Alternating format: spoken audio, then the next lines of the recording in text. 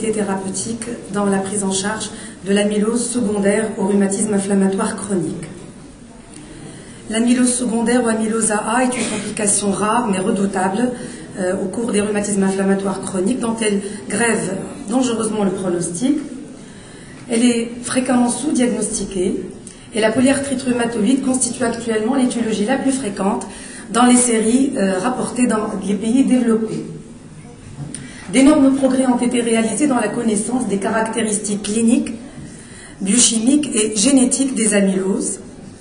Et actuellement, il existe de nouvelles thérapeutiques, aussi bien des rhumatismes inflammatoires chroniques sous-jacents que de l'amylose elle-même, qui semblent très prometteurs.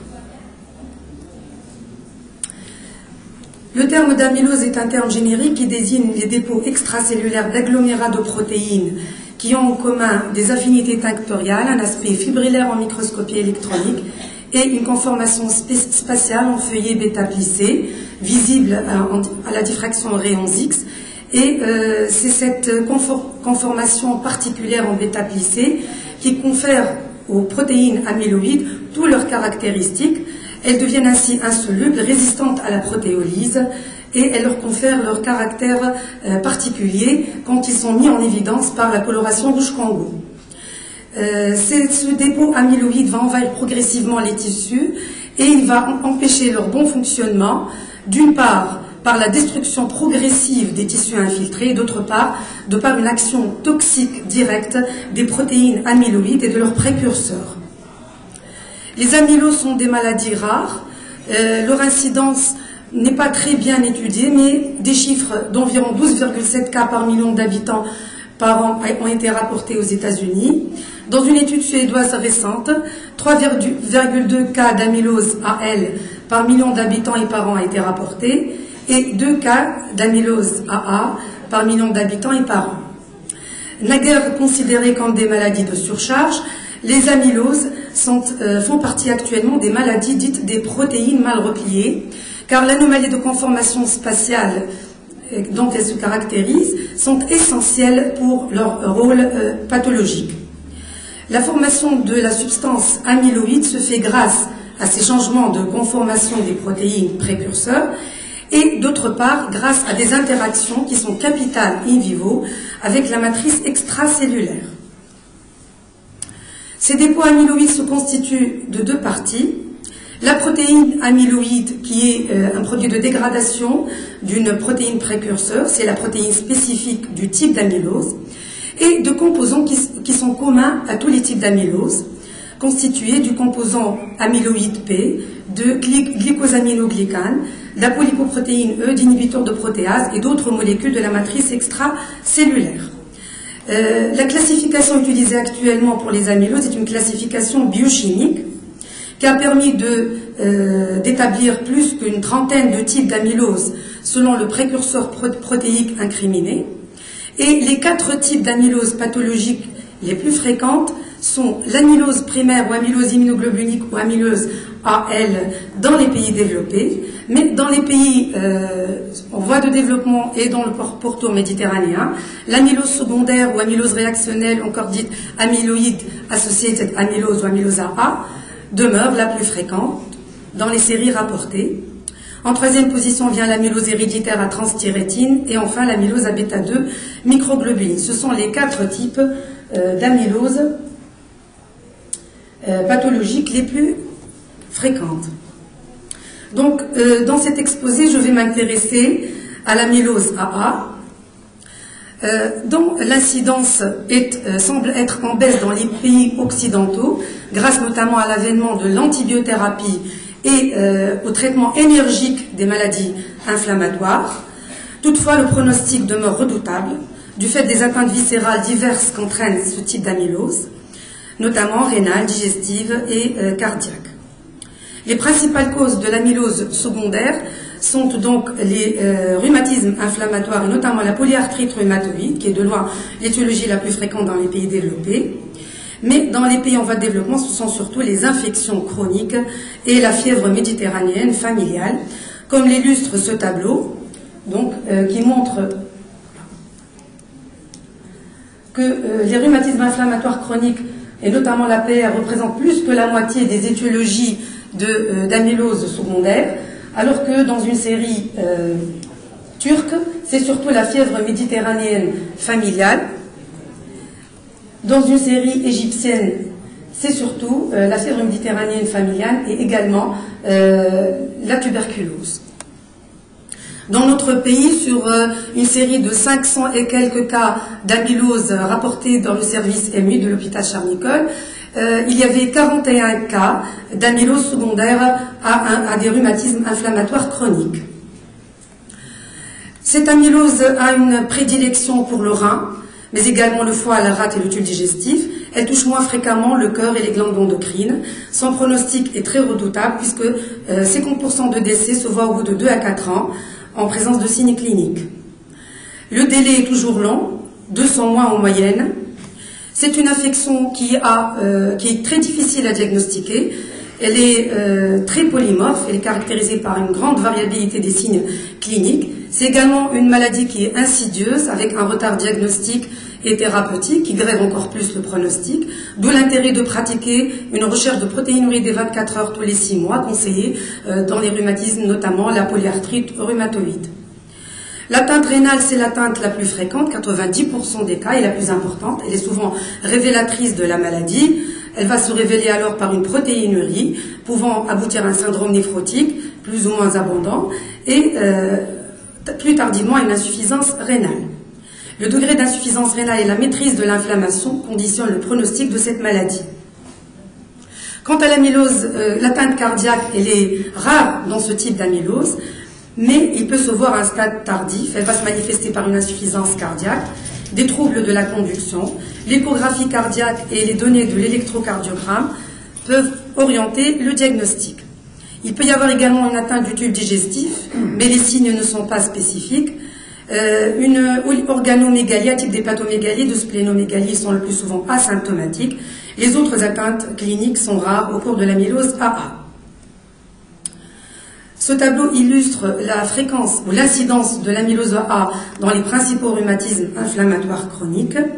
Ainsi, au cours de la polyarthrite rhumatoïde, l'amylose est observée, sa prévalence est très variable selon le moyen diagnostique utilisé. Elle est d'environ 3 à 10%. Dans les séries utilisant la ponction à l'aiguille de la graisse sous-cutanée abdominale, une prévalence de 7 à 26% est rapportée. Quant aux séries autopsiques, elles rapportent une fréquence importante de 14 à 61%, en moyenne 30% des cas. C'est l'étiologie la plus fréquente de l'amylose AA dans les séries récentes. Et cependant, l'amylose symptomatique est rare au cours de l'APR, elle n'est que de 1% des cas. Elle survient tardivement, avec un délai moyen de 16 ans, dans des polyarthrites qui sont anciennes, sévères, séropositives, et elle grève fortement le pronostic, et donc elle va aggraver la mortalité au cours de la polyarthrite rhumatoïde, c'est une cause de décès, dans 5 à 17% des cas selon une série récente. Dans l'arthrite juvénile idiopathique, l'amylose se voit dans 5 à 20% des cas, et l'AJ représente la principale cause d'amylose chez l'enfant. Ça se voit surtout dans les formes polyarticulaires avec atteinte généralisée initiale. Le délai est long, en moyenne 9 ans, et le premier signe révélateur de la maladie est la protéinurie. C'est une atteinte qui est grave et elle est améliorée actuellement, le taux de mortalité est amélioré grâce à l'usage de thérapeutiques cytotoxiques. L'amylose AA est plus rare dans la spondylarthrite ankylosante que dans les autres rhumatismes inflammatoires, mais c'est une complication redoutable, elle est mortelle. Elle se voit dans les formes sévères avec BASA initiale élevée, à début précoce, une forme souvent périphérique, avec une VS élevée, une hémoglobine qui est basse. Le délai moyen est toujours lent, 7 à 15 ans. La survenue d'une atteinte rénale faisant évoquer une amylose au cours d'une SPA doit amener à pratiquer une biopsie pour faire le diagnostic avec les autres atteintes rénales telles que la néphropathie IgA et l'association avec l'immunoglobuline monoclonale à IgA. Plus rarement, l'amylose AA a été observée au cours de la maladie de style de l'adulte, du FLR, du rhumatisme psoriasique et de la maladie de B7. Donc, Avant d'aborder le traitement, je vais présenter un petit rationnel physiopathologique pour comprendre l'action des différentes thérapeutiques utilisées actuellement. Le précurseur de l'amylose AA et le sérum amyloïde A protéine est une protéine de la phase aiguë de l'inflammation qui est synthétisée par le foie et sa concentration peut être multipliée par 100 voire 1000 dans les états inflammatoires aigus et ce taux est parallèle au taux de CRP, de C-réactive protéine. Et la formation de dépôts amyloïdes AA est liée à certaines propriétés de cette protéine amylogène, mais également à la disponibilité des facteurs environnementaux locaux au niveau de la matrice extracellulaire qui va stimuler la fibrillogénèse. Donc des taux élevés de SAA persistants constituent un facteur déterminant dans l'apparition de l'amylose AA. Et dans toutes les séries thérapeutiques récentes, le dosage du taux sérique de SAA constitue un facteur de suivi, un élément de suivi sous traitement.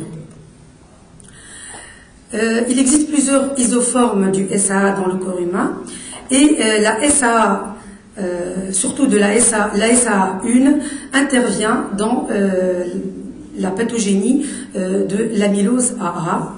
La SAA1.3 serait un facteur favorisant la survenue d'amylose au cours de l'APR dans une population japonaise, alors que chez les caucasiens, c'est plutôt le SAA1.1 qui semble être plus amyloïdogénique.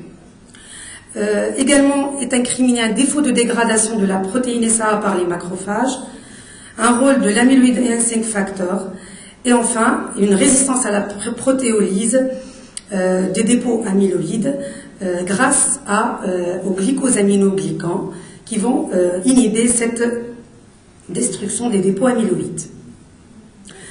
Ce schéma résume un petit peu la pathogénie de l'amylose AA. Donc, sous l'effet d'une inflammation chronique et persistante, il va y avoir une production élevée de cytokines pro-inflammatoires, sont incriminées surtout l'interleukine 1, 6 et le TNF-alpha, qui vont être à l'origine d'une augmentation de la synthèse par le foie du SAA jusqu'à 1000 fois, des anomalies de la dégradation de la SAA par les phagocytes mononucléés seraient responsables de la formation de peptides amylogéniques et ainsi la formation de fibrilles amyloïdes dans les lysosomes. Les métalloprotéases tissulaires également interviennent pour favoriser ce dépôt amyloïde, les glycosaminoglycans également dans la formation et le dépôt des fibrilles amyloïdes, et enfin le pentraxine sérum amyloïde P component au SAP qui protège ce dépôt amyloïde contre la dégradation. Et donc, ces dépôts amyloïdes vont entraîner une altération de la fonction des organes cibles, et notamment le rein, qui est l'organe cible principal de l'amylose AA. Le premier temps dans la prise en charge thérapeutique d'un patient porteur d'une amylose secondaire, c'est d'abord de faire le diagnostic de l'amylose, qui sera un diagnostic tout d'abord de l'amylose elle-même, donc un diagnostic histologique, ensuite une caractérisation du type biochimique de l'amylose grâce à l'usage de l'immunohistochimie, et enfin déterminer l'extension de la maladie grâce à des éléments cliniques et paracliniques.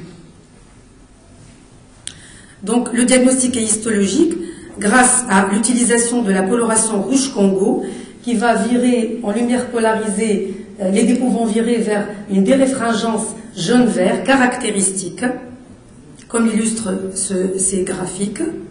En microscopie électronique, ce sont de fines fibres non organisées de 10 nanomètres de diamètre de longueur variable qui sont linéaires, rigides et sans embranchement. Le diagnostic de caractérisation, donc on utilisera pour caractériser l'amylose AA les anticorps anti-SAA. Et enfin, le diagnostic d'extension est avant tout clinique, mais également paraclinique avec la biologie, l'imagerie, avec des examens non spécifiques et des examens spécifiques tels que le technétium marqué ou la scintigraphie corps totale au SAP. Le suivi thérapeutique se fera bien sûr et avant tout sur les signes cliniques, mais également sur les examens fonctionnels des organes touchés, comme par exemple la fonction rénale. La régression histologique n'est habituellement pas recherchée. Et enfin, plus récemment, un suivi scintigraphique du composant P. Les cibles thérapeutiques sont nombreuses.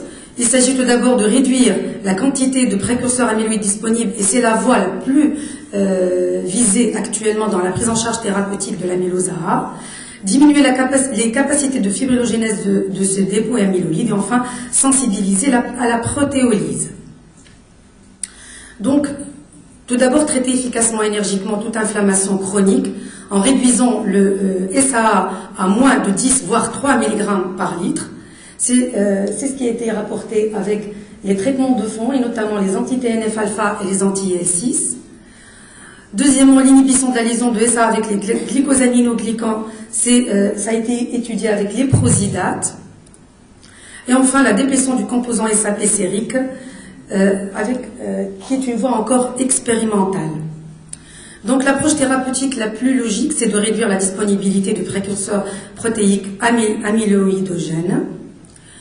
Et le traitement préventif repose justement sur cela. C'est le traitement idéal de l'amylose AA.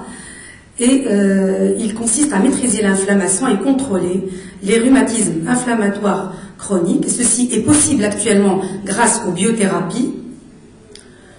Donc, les thérapeutiques immunosuppressives ont été largement étudiées dans la littérature au cours de l'amylose AA, avec des résultats plus ou moins probants. Ils ont été efficaces surtout quand l'amylose est diagnostiquée précocement, mais quand l'atteinte rénale est très évoluée, généralement, il n'y avait pas de résultats positifs. Le problème avec les immunosuppresseurs, c'est le risque leucémogène, notamment avec le chlorambucil. Le TNF intervient dans les différentes voies de la formation et du dépôt de la substance amyloïde. Leur efficacité a été rapportée surtout dans des case reports et des petites séries, avec réduction des manifestations cliniques de l'amylose AA, avec réduction de la protéinurie, amélioration de la créate, stabilisation de la filtration glomérulaire. Mais il n'y a pas eu de résultat véritable, on va le voir. Il pourrait permettre le contrôle de la progression de l'amylose rénale, mais des études complémentaires plus puissantes en termes de recrutement sont nécessaires. J'ai synthétisé ici les principales études avec les anti-TNF-alpha. Ce sont généralement de petites séries.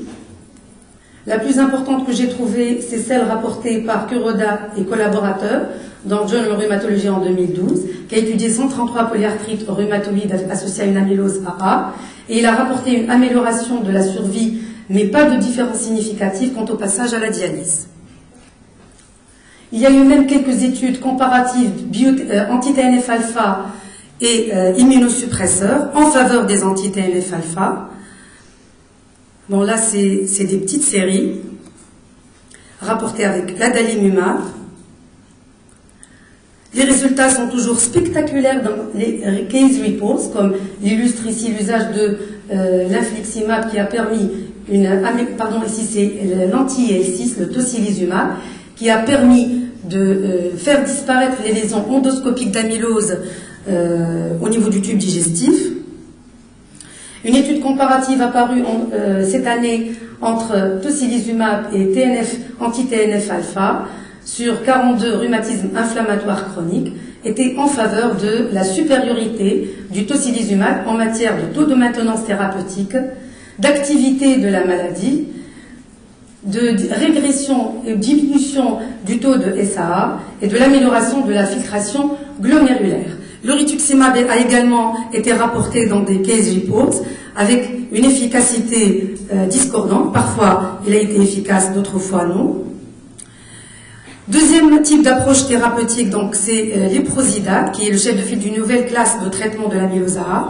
C'est une molécule sulfatée chargée négativement de petits poids moléculaires. C'est l'analogue de l'héparinsulfate, qui est un glycosaminoglycan qui intervient dans les dépôts d'amylose AA. Il a été proposé pour améliorer la protéinurie et la clairance de la créate. Donc, il a fait l'objet d'une étude multicentrique intéressant 27 centres et 13 pays, dont notre pays, en double aveugle contre placebo, avec une série conséquente de 183 patients présentant une amylose AA avec atteinte rénale. Il a permis le ralentissement de la dégradation de la fonction rénale et un taux de déclin de créate plus lent chez les patients traités par éprosidat. Cependant, Il n'y avait pas d'effet significatif sur la progression vers l'insuffisance rénale, il y avait de nombreux biais méthodologiques, et puis surtout il y avait des effets indésirables qui ont mis en jeu le pronostic vital avec 2 infarctus dans le groupe traité. L'étude est encore en cours et des résultats sont attendus au courant de cette année. La troisième approche thérapeutique est encore au stade expérimental, c'est l'usage combiné du CHPC qui est un analogue pharmacologique du composant P et des anticorps anti-SAP qui permettent un ralentissement de l'apparition des dépôts amyloïdes AA, et ceci ça a été démontré dans une série anglaise apparue en 2010 chez la souris. Donc je conclus pour dire que le traitement idéal de l'amylose AA demeure le traitement préventif avec la maîtrise de l'inflammation au cours des rhumatismes inflammatoires chroniques, et ceci est possible grâce à l'avènement des biothérapies. L'efficacité thérapeutique est meilleure quand le diagnostic est fait précocement, d'où l'intérêt du dépistage. Pensez à pratiquer une protéinurie des 24 heures chez les rhumatisants chroniques de manière régulière. Le suivi du taux sérique de SAA constitue un fidèle reflet de la cinétique des dépôts amyloïdes et devrait être utilisé dans le suivi des malades qui présentent une amylose AA. Dans de courtes séries ont été rapportées une efficacité des anti-TNF-alpha et une efficacité spectaculaire du tocilizumab sur l'amylose secondaire au rhumatisme inflammatoire chronique et notamment à la polyarthrite rhumatoïde. Les perspectives thérapeutiques actuellement est au traitement expérimentaux avec les prosidates et les inhibiteurs du composant amyloïde P. Merci beaucoup pour cet exposé intéressant à cause du